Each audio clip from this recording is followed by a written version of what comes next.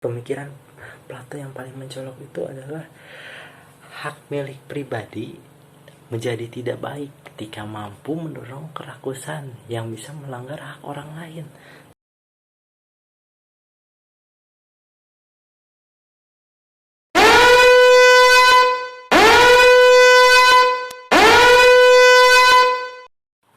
Halo guys, Novalis ini, dan ini adalah buku Filsafat Ilmu. Tapi kita tidak akan mereview tentang ini. Yang akan kita review adalah video dari Muhammad Ruhmatullah dan Hasbi Nasrullah tentang filsafat politik. Jadi pada intinya ajaran dari Plato dan juga Aristoteles ini sebenarnya lebih ke bagaimana tatanan perpolitikan di dalam masyarakat itu sendiri ya. Jadi kalau misalnya kasarnya kayak gini aja pemikiran Plato yang itu, dimana ketika orang itu menjadi kasta bawah, ya dia akan selalu ada di bawah. Jadi kita sepakat untuk tidak setuju. Kita tidak setuju akan pemikirannya. Nah, karena ini adalah video review, maka saya cantumkan video mereka di deskripsi. Silahkan tonton dulu video sebelumnya sebelum melanjutkan di video ini.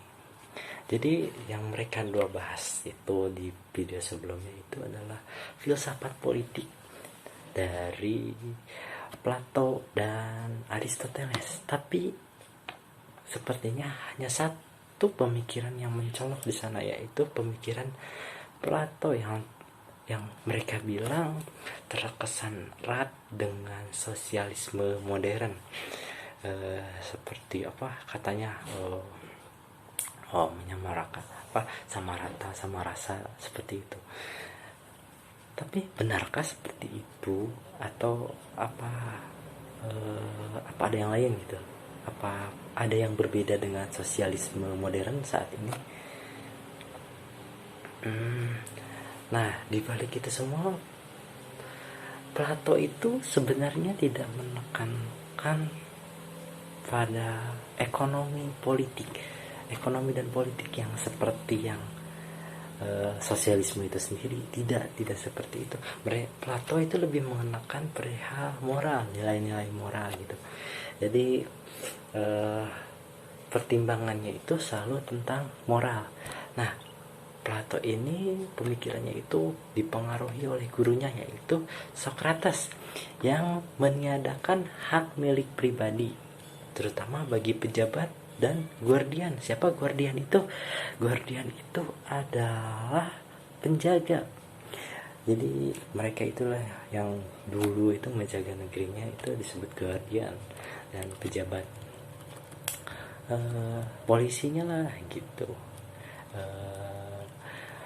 Nah, apa sih pemikiran Plato yang paling mencolok itu adalah hak milik pribadi menjadi tidak baik ketika mampu mendorong kerakusan yang bisa melanggar hak orang lain.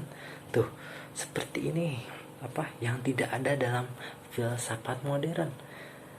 Dalam filsafat modern, dalam sosialisme modern, mereka tidak menyamakan si A dan si B itu harus mendapatkan porsi yang sama, padahal keduanya itu bekerja, si A itu bekerja lebih dari si B, mereka mendapatkan hal yang sama. Tidak seperti itu gitu. Atau mungkin karena keberuntungan mereka bisa mendapatkan hal yang sama, tapi kenyataan tidak seperti itu. Yang bekerja lebih keras, mereka yang lebih cerdas misalkan, mereka bisa mendapatkan haknya yang lebih daripada yang tidak menggunakan kesempatan itu. Jadi yang diatur dalam pemikiran Aristoteles ini adalah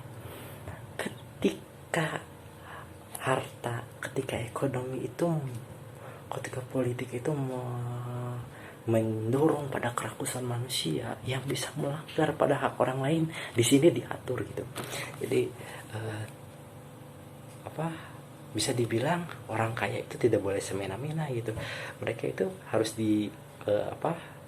hak milik mereka itu menjadi hak milik kolektif.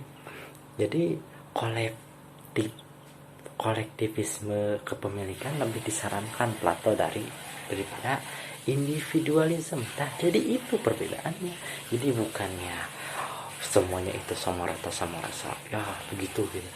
Tidak. Jadi hak milik pribadi itu tidak baik ketika mampu mendorong pada kerakusan manusia yang bisa melanggar hak orang lain. Jadi ketika dia mereka dalam takaran biasa-biasa saja, itu tidak akan menjadi milik bersama gitu. Ya, seperti itu. Jadi itu mendorong keras manusia itu untuk tidak melakukan korupsi. Nah, di situ sumbangan moral Plato terhadap ilmu pengetahuan.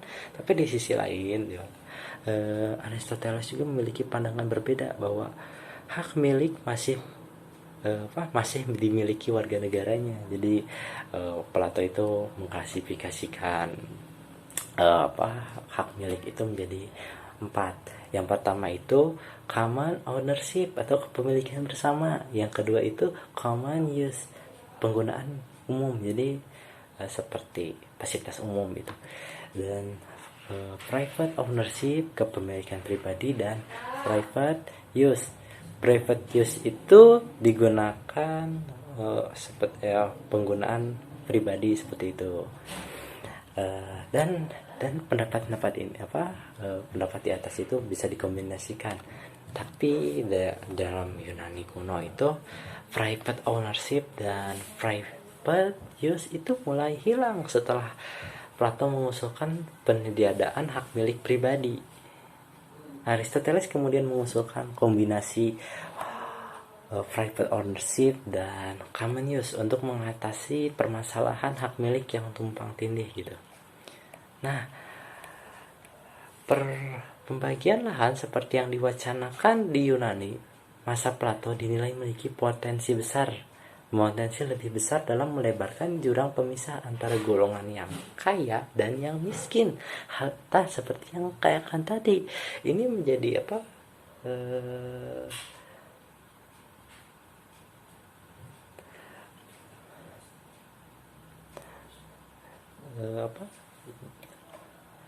bila tidak diatur dapat tadi pemikiran Plato ini bila tidak tidak diukur berpotensi besar dalam melebarkan jurang pemisahan antara golongan yang kaya dan miskin. Dalam hal ini negara memiliki peran besar dalam mengatur kewarganegaraannya agar tidak rakus dan menimbulkan kekacauan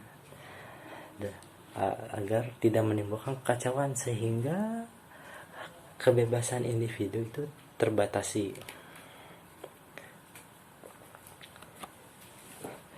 Jadi dalam pandangan mereka berdua itu negara merupakan instrumen kepentingan dan tujuan rakyat, termasuk juga mengatur keinginan-keinginan individual agar tidak saling tumpang tindih. Nah, di sini Aristoteles itu menganalogikan negara itu seperti perkawinan yang hubungan kekuasaan antara pemerintah dengan warga negaranya itu seperti suami istri. Jadi itu bersifat matrimonial. Ada kebebasan yang setara, kedewasaan, dan rasa saling mengasihi dalam hubungan kekuasaan. Sedangkan Plato itu mau melihat hubungan kekuasaan negara dan warga negaranya itu sebagai paternalistik.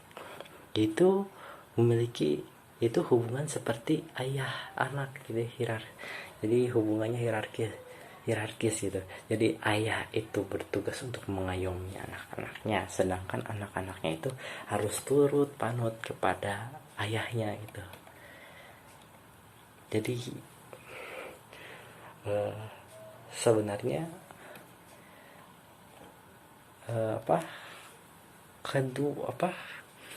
pemikiran Aristoteles